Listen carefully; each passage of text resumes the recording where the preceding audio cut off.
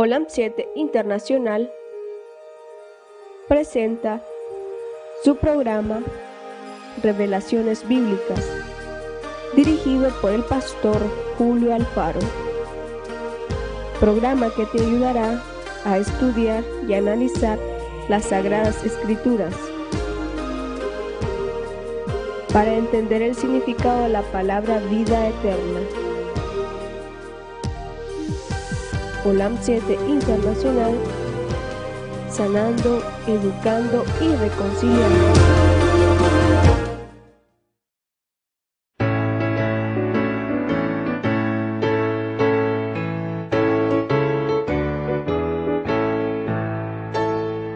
Todas las promesas del Señor Jesús son un apoyo poderoso de mi fe.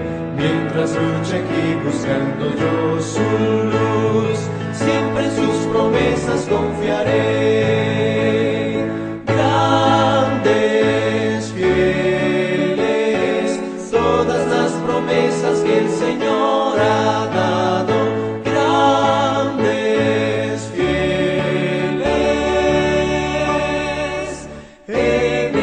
Yo por siempre confiaré.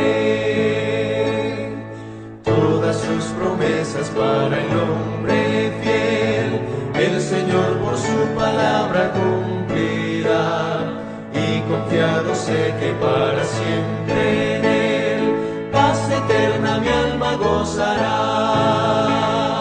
Grandes, fieles, todas las promesas que el Señor ha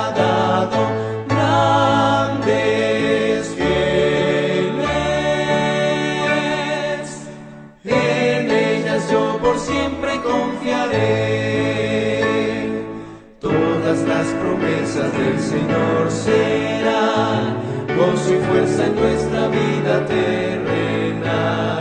Ellas en la dura lid nos sostendrán y triunfar podremos sobre el mar. Grandes, fieles, todas las promesas que el Señor ha dado.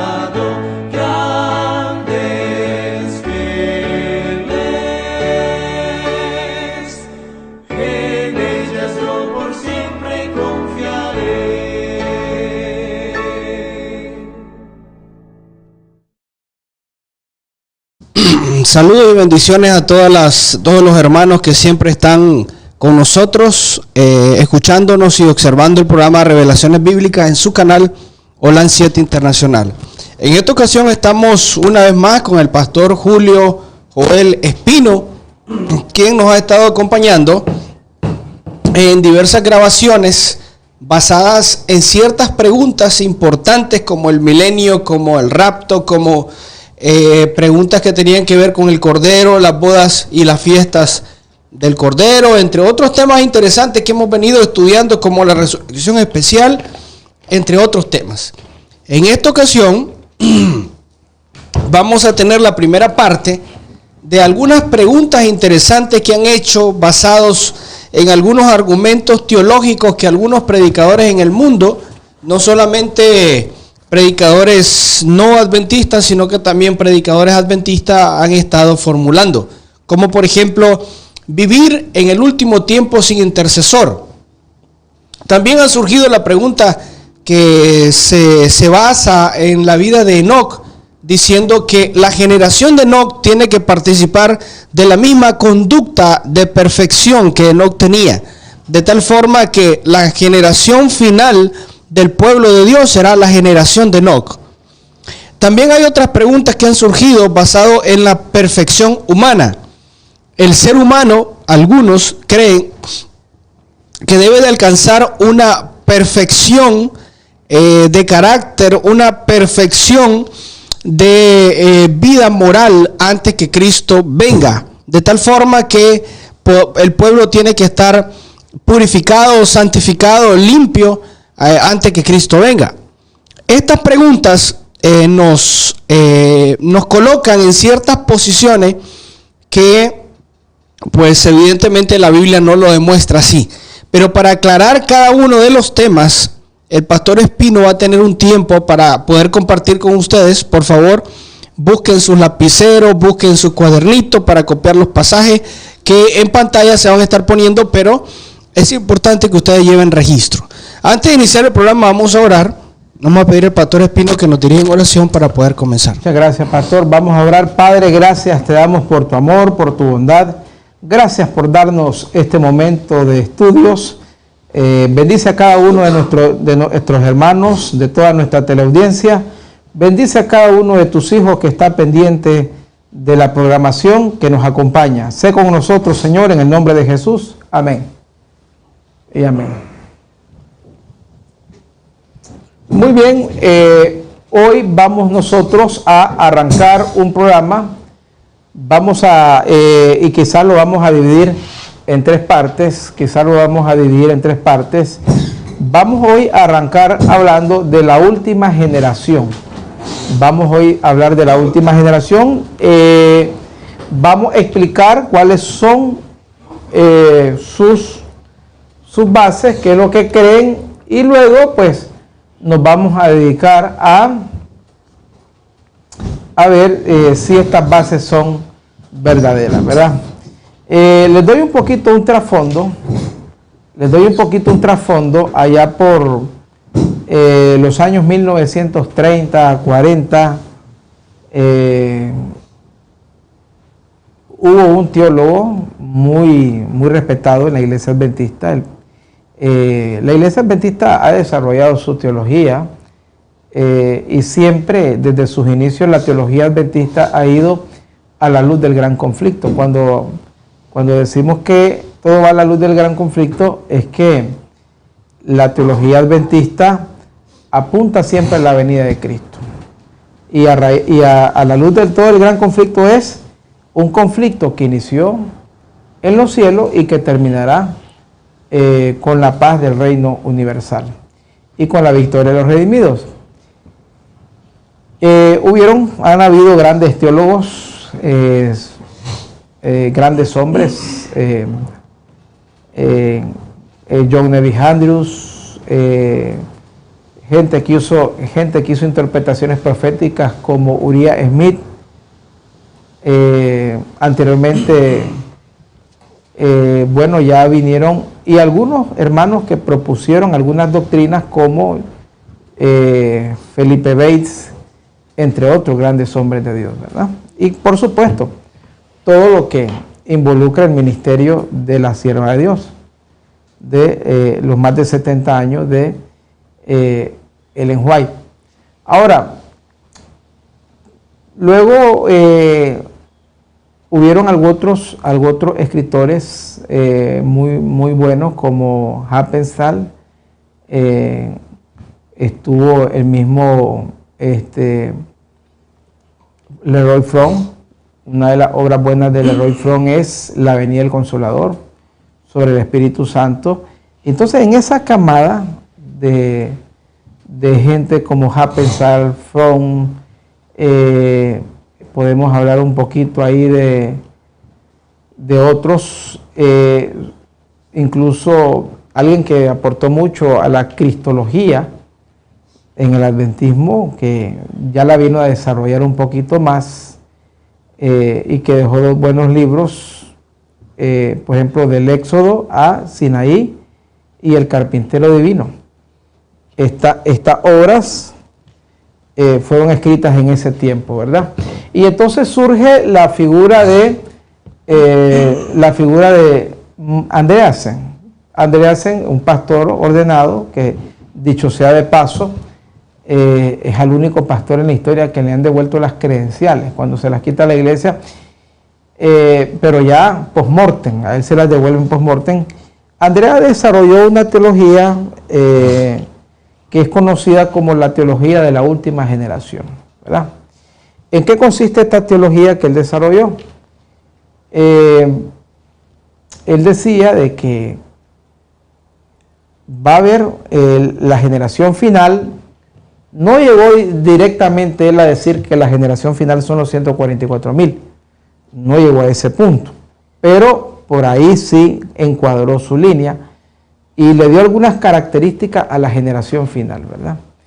Él se inspiró mucho en libros como El conflicto de los siglos, donde la sierva de Dios habla de la victoria final del pueblo de Dios, pero no llega a eso. Hay que aclarar que no llega a eso. Y entonces él hizo, entre muchas bases que esta doctrina enseña, ¿verdad? Entre muchas bases que esta doctrina enseña, hay 3 cosas importantes que enseña la última generación. 3 cosas importantes, ¿verdad, pastor? Sí, solo como para sumar a su comentario, pastor. Una de las preguntas que nos hacen, ¿verdad?, al programa, es poder tener definido si es real o es un mito el tema de la última generación. O sea, antes que Cristo venga por segunda vez, la pregunta que nos hacen es si la última generación que va a recibir a Cristo es una generación real. Así es. O es una generación falsa. Ahora, ¿cuáles son los orígenes de esta generación?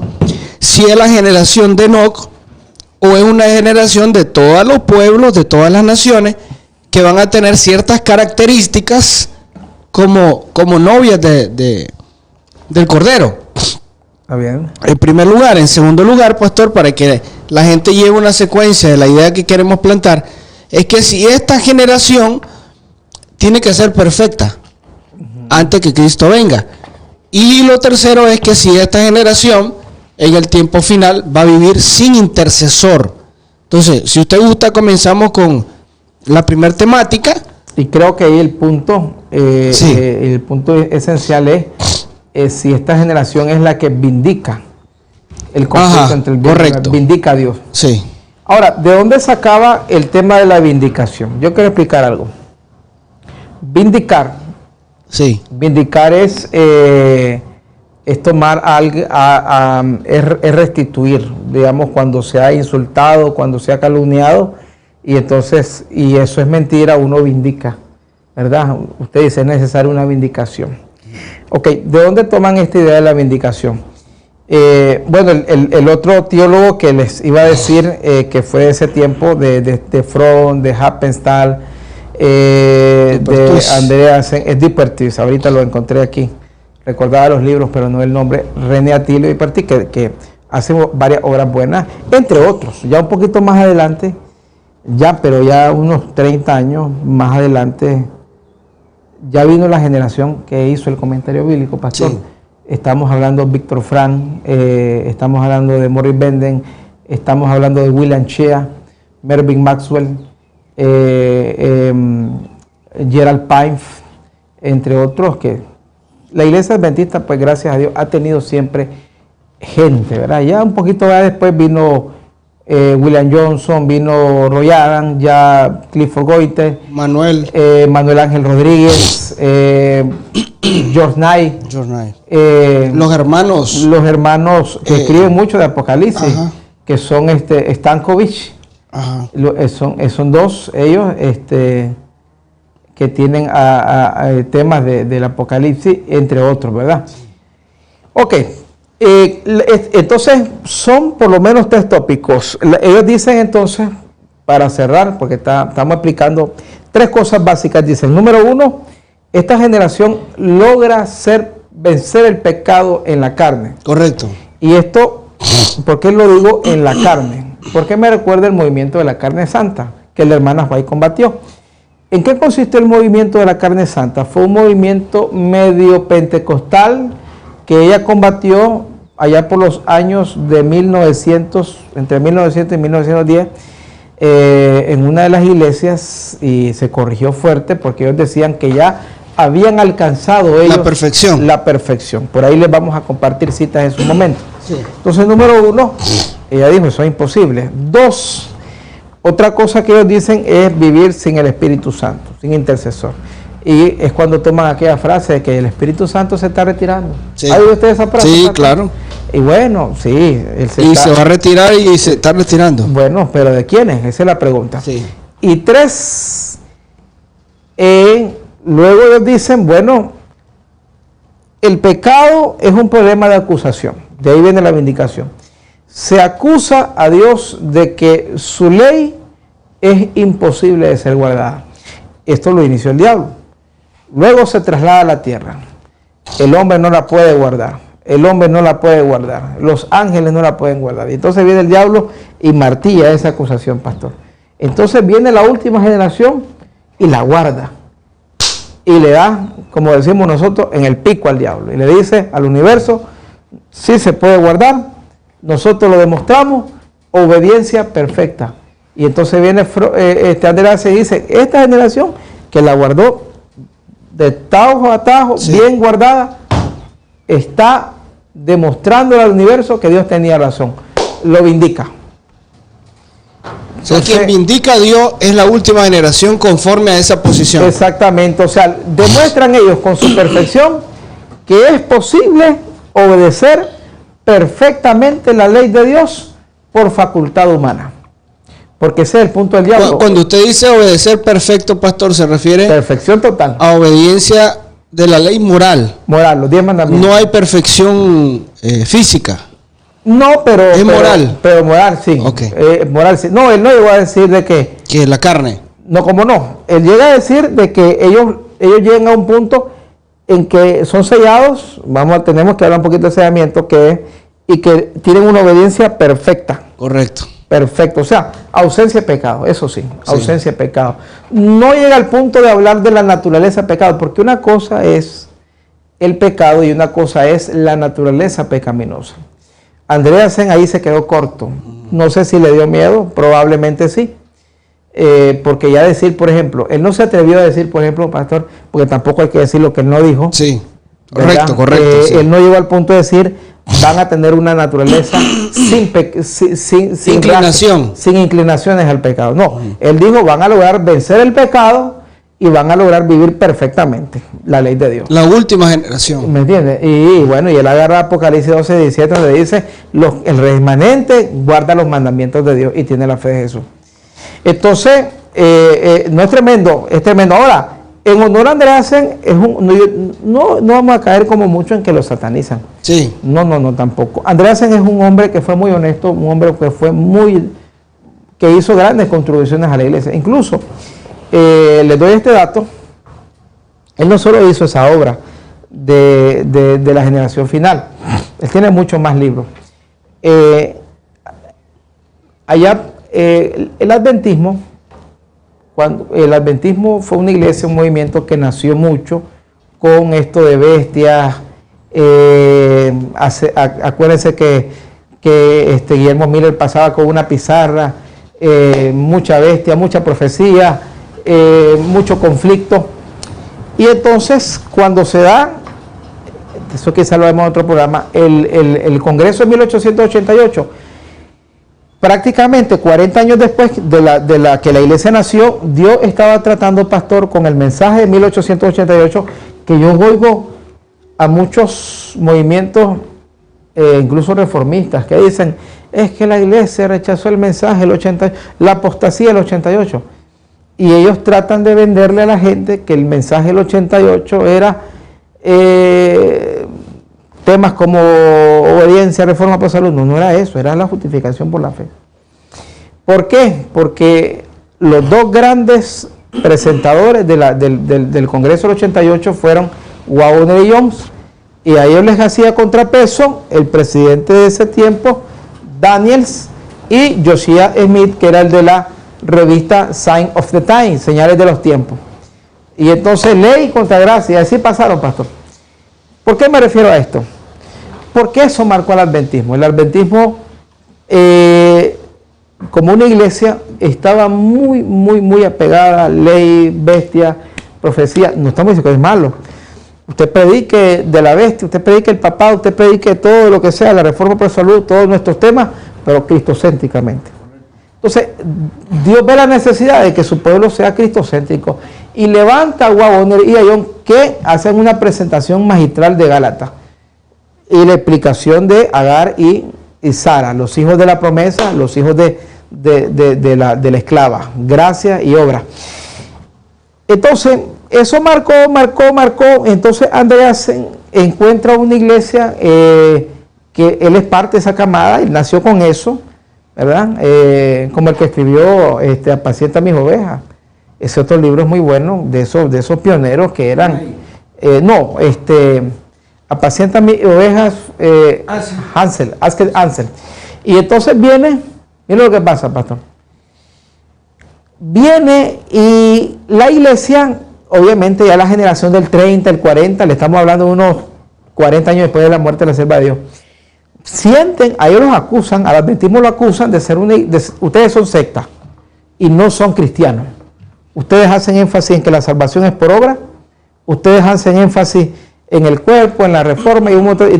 Entonces la iglesia, en un afán de demostrarle al mundo evangélico de que no era una secta, preparan aquel librito, que creo que usted lo ha tenido en su mano, pastor, 101 Question of Doctrine, que es la famosa 101 preguntas y respuestas de doctrina, que nosotros lo tuvimos bien grande, ¿se acuerdan, pastor? Entonces, ahí pues ellos dicen, no, nosotros creemos que somos salvos por gracia y nosotros no creemos que la ley nos salva. Y declaraciones así que Andrea se nos pusieron enojados. Bueno.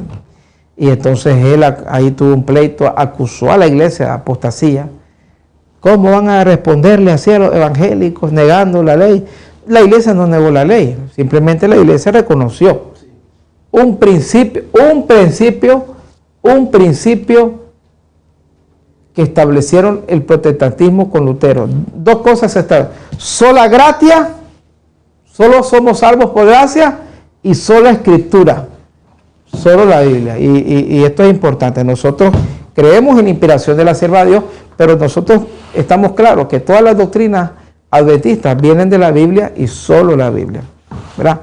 Nosotros no podemos salirnos de eso. Entonces, cuando se da eso, porque él también era un defensor de Elena de White, y no hay nada malo en defender a Elena de White, pero siempre le explicamos, la iglesia adventista del pueblo del libro. Está bien, nosotros leemos y creemos en la sierva de Dios, pero nosotros nunca enseñamos que es Biblia. La Biblia y solo la Biblia debe estar encima de cualquier obra. Entonces, cuando la iglesia hace ese paso, se vinieron esa gente recalcitrante que todavía hay hoy, ¿verdad? Porque hay mucha gente que si usted le dice, solo predique la Biblia, entonces, sin atacar a la sierva de Dios, entonces ellos le van a decir, no, es que usted está atacando a la sierva de Dios, y tal vez usted no la está atacando. Y yo personalmente, pastor, soy uno de los, a mí me encanta siempre, tengo un estudio aparte de todas las visiones de la sierva de Dios, donde las demuestro con la Biblia, ¿verdad? O sea, yo soy un lector asiduo de la sierva de Dios, en mis devocionales también. Entonces, cuando se da ese conflicto de él, vino la organización y le quitó las credenciales. Y él muere sin las credenciales. Pero después una rectificación en un congreso y se las devuelven al esposo, ¿verdad?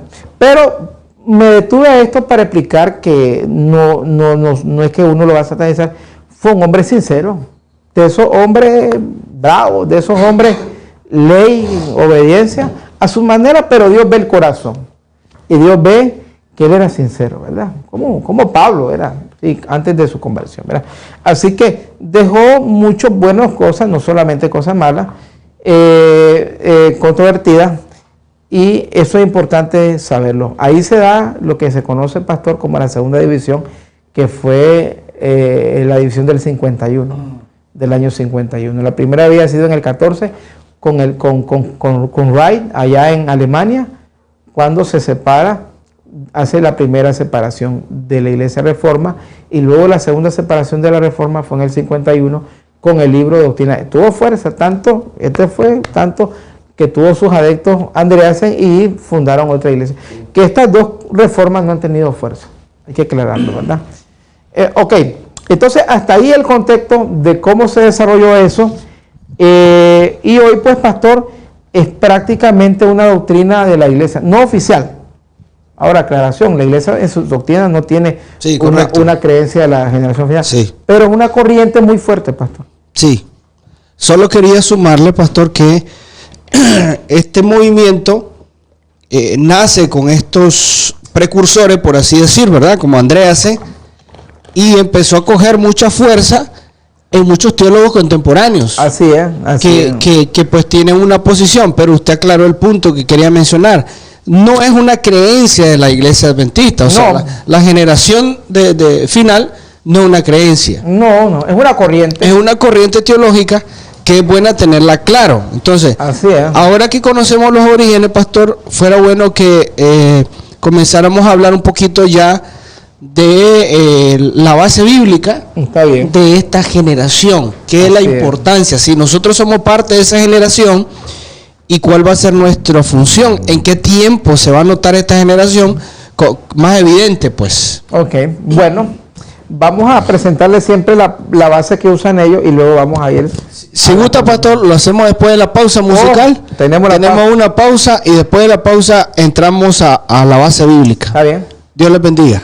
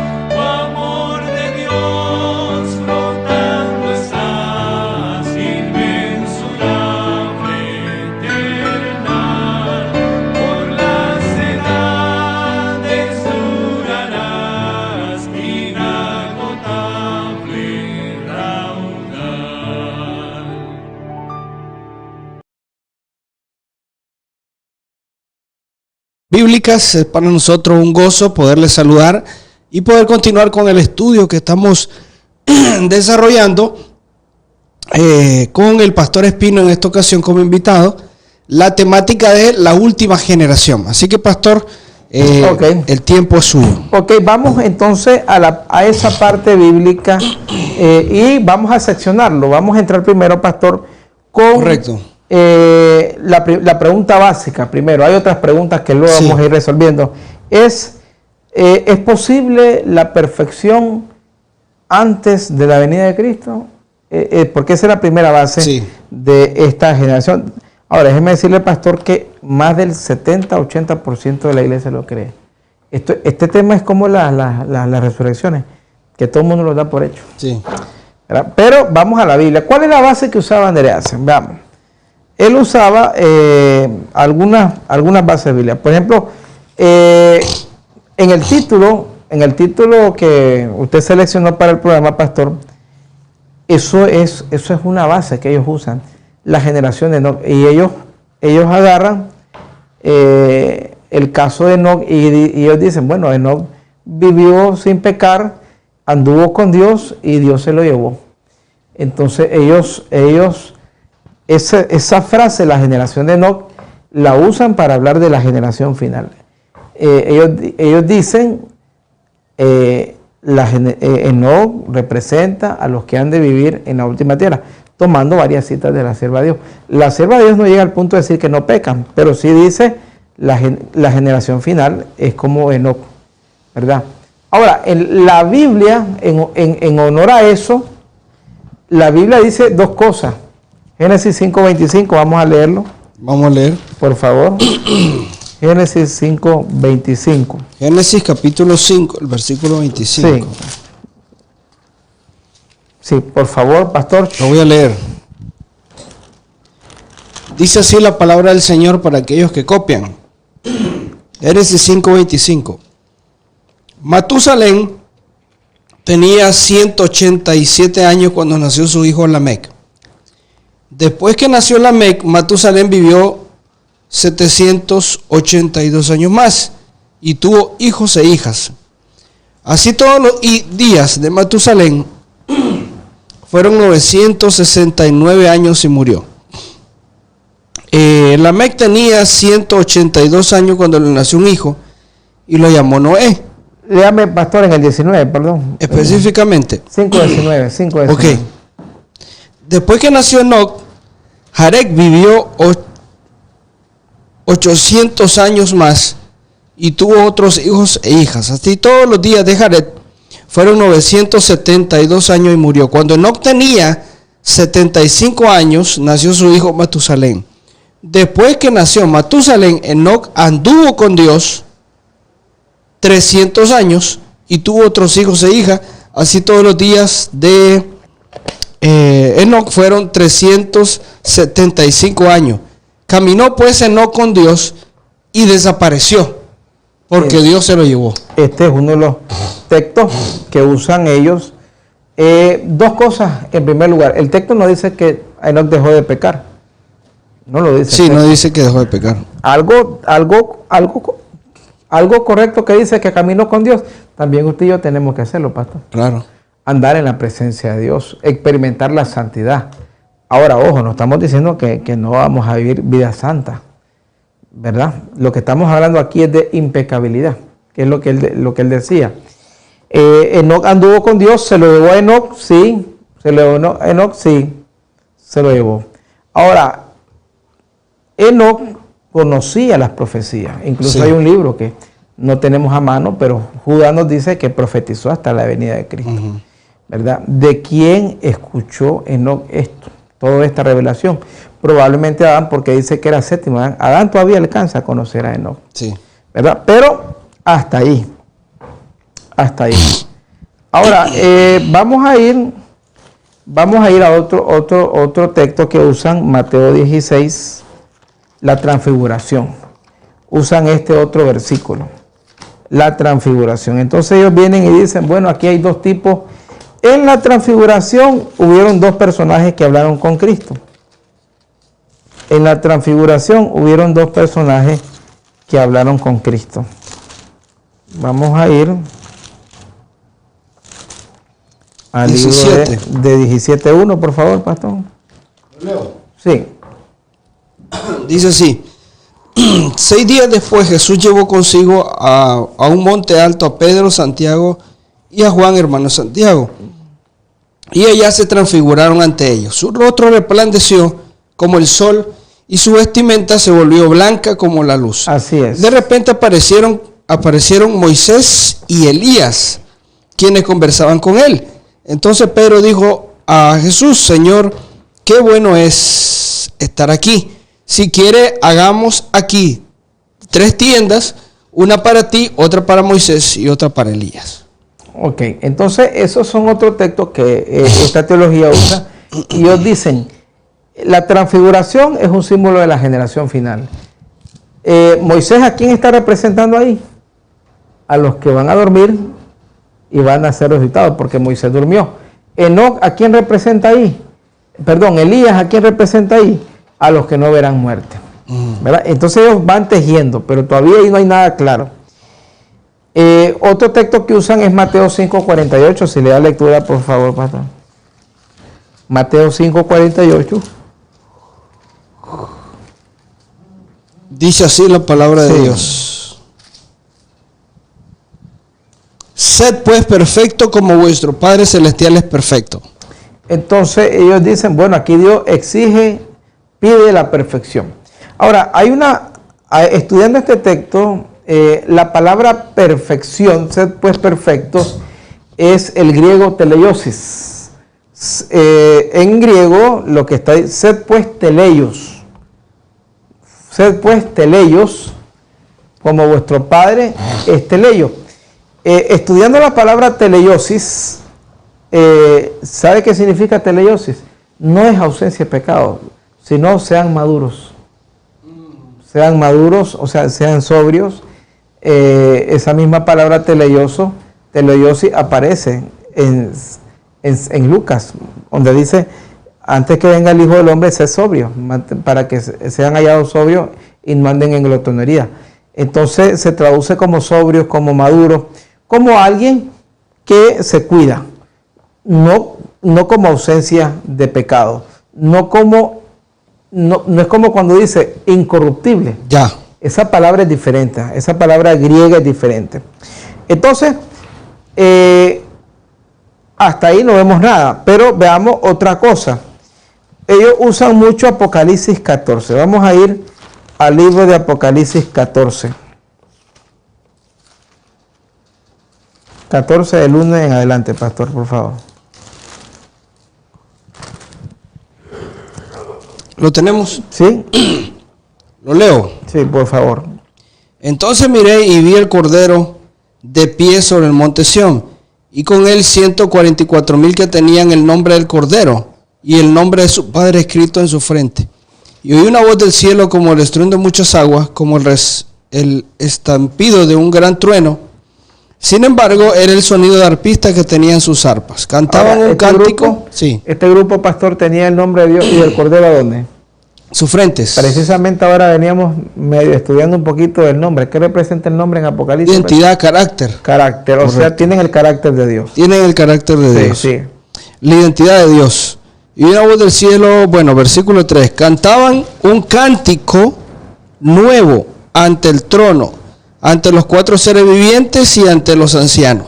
Y ninguno podía aprenderse ese canto, sino los 144,000 que fueron redimidos entre los de la tierra. Sí. Estos son los que no se contaminaron con mujeres porque son vírgenes.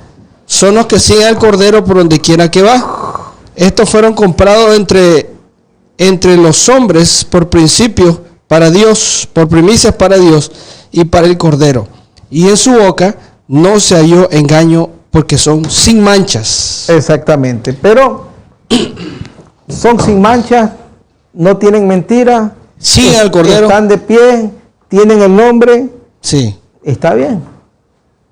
Pero ese texto, este es uno de los más fáciles de explicarlo, porque el versículo 1 nos da la respuesta. Esa condición que usted le ve, que no tienen mentira, que son sin mancha, Sí. que tienen al Cordero, que van donde quiera que va. ¿Cuándo es que tienen esa condición? El versículo 1 se lo dice. Léame de nuevo el 1, por favor. 14:1. Pastor, ¿sí? Entonces miré y vi el Cordero de pie Ahí está. sobre el monte de Sión. Correcto. Entonces, ¿y con él quién? 144,000. Ya ahí ellos están con él. En la presencia de Cristo no hay Tiene pecado. que haber un cambio. Claro. No, es que en la presencia de Dios, si no fueran fulminados, en la presencia de Dios no hay pecado. Ya ahí ellos pasaron el proceso de la transformación. Hay un proceso de transformación, ¿verdad? Solo estoy mostrando los textos que ellos usan. Ahora, ¿cuáles son, y rápidamente, en estos últimos minutos, ¿Cuál es el problema de esta teología? En primer lugar, si yo digo que yo ya no peco antes que venga Cristo, que yo ya vencí el pecado, ojo, no estamos diciendo que el pecado no puede ser vencido, la gracia lo vence a través del poder del Espíritu Santo, pero estamos hablando de esa ausencia total de pecados. Entonces quiere decir que por mi propia fuerza yo alcancé a erradicar el pecado de mí. ¿Por qué? Pasaría lo mismo que la resurrección, pastor. Entonces no es la trompeta la que me transforma. Sino soy yo. Y ahí hay un serio problema. ¿Por qué? Porque esto corrupto solamente va a ser cambiado. Vamos a ir a 1 Corintios 15. Vamos a ir a 1 Corintios 15, 51. 1 Corintios 15, 51. Vamos a leer.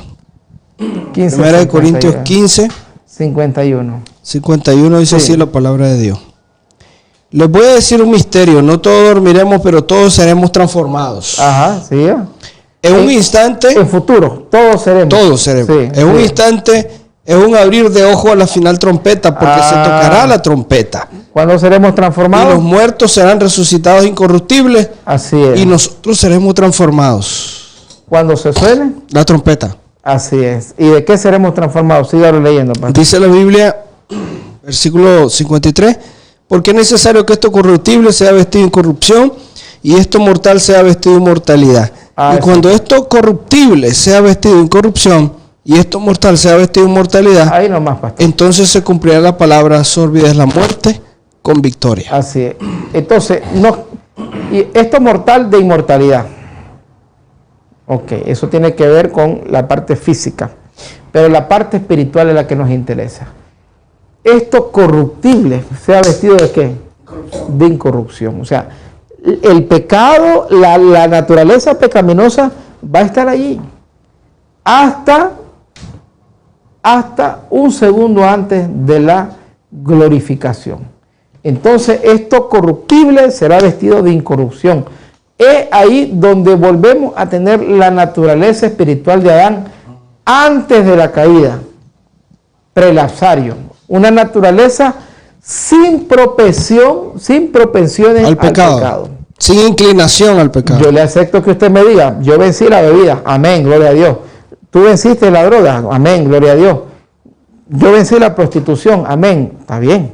La victoria sobre el pecado es posible. Nosotros no estamos diciendo lo contrario y que no se nos acuse, porque ese es el problema que mucha gente se va al extremo.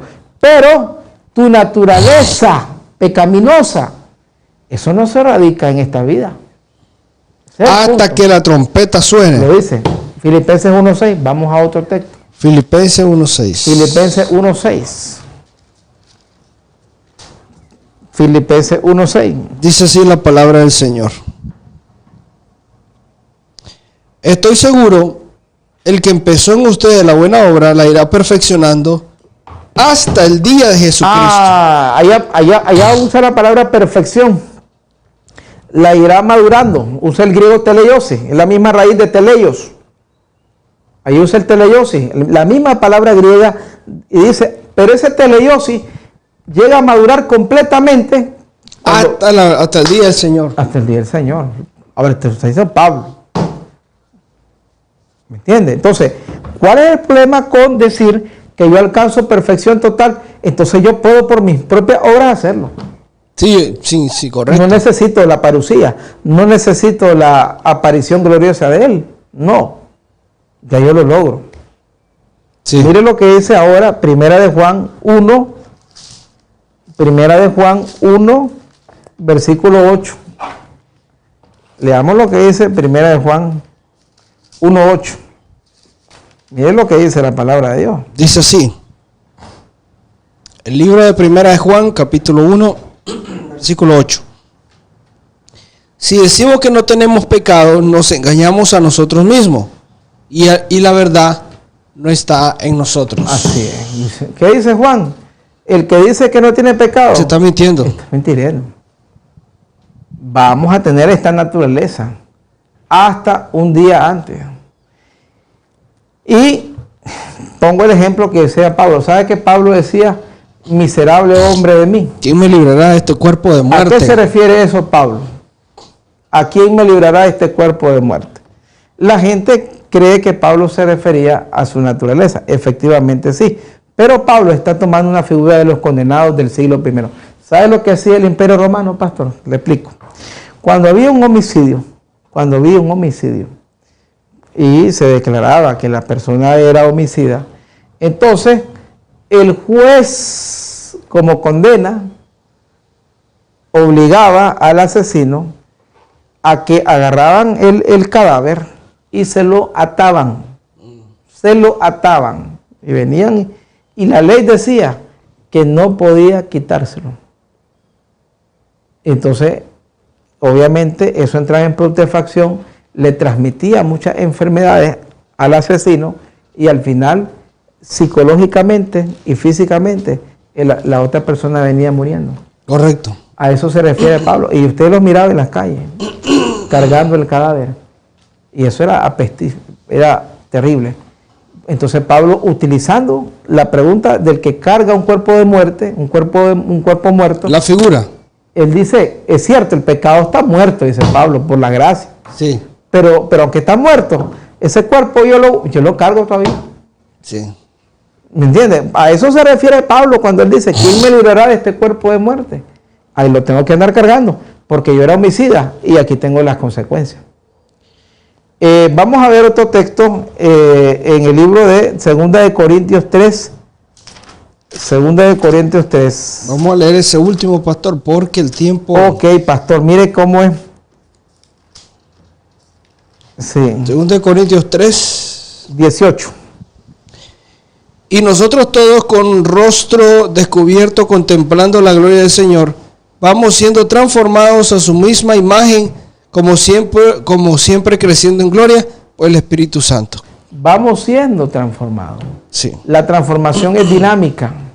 Vamos siendo transformados. Sí, va en proceso.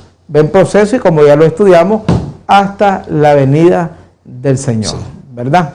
Entonces, tenemos muchos más textos que los vamos a ir explicando en el siguiente programa, pero no hay manera, pastor, y la Biblia tampoco lo enseña. Sí, está bien, la generación de José, dicen otros, la generación de Enoc, sí, la generación de Elías, está bien, la generación de Moisés, gloria a Dios. Y sí, el pueblo de Dios va a vencer el pecado con la ayuda de Dios, sí. Pero una cosa es que yo venzo el pecado y otra cosa es que yo me arranco esta naturaleza caída. Y no se puede, la naturaleza caída solo la elimina Cristo en la venida, pastor. En su segunda venida. Bueno, agradecemos mucho al pastor Espino, esperamos que las personas que han estado en el programa puedan aprovechar la información.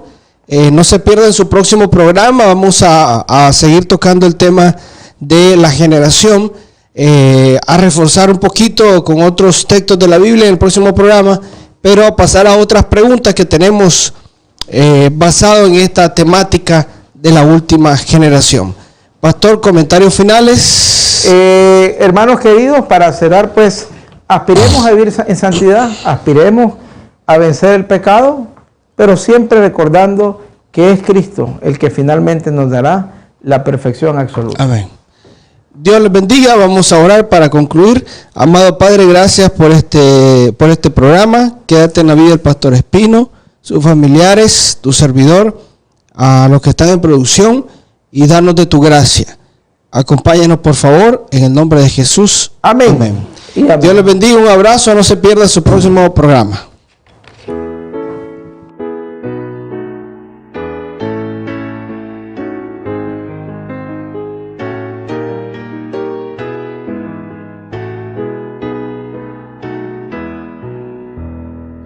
Vivo por Cristo, confiando en su amor. Vida me imparte poder y valor.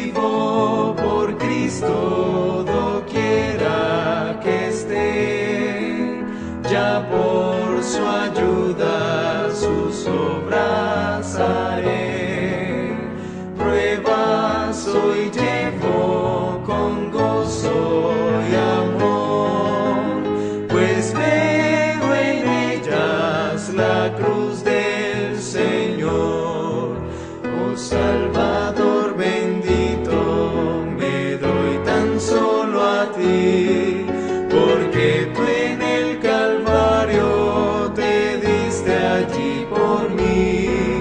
No tengo más maestro, yo fiel te serviré. A ti me doy, pues tuyo soy, de mi alma eterno Rey. Vivo sirviendo, siguiendo al Señor. Quiero imitar a mi buen Salvador. Busco a las almas hablándoles de Él, y es mi deseo ser constante y fiel. Oh Salvador bendito, me doy tan solo a ti, porque tú en el Calvario te diste allí por mí. No tengo más maestro, yo fiel te serviré.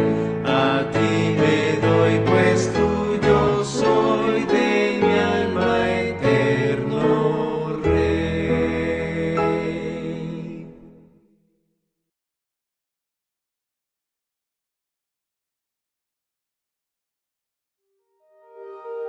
Olam 7 Internacional presentó su programa Revelaciones Bíblicas, dirigido por el pastor Julio Alfaro.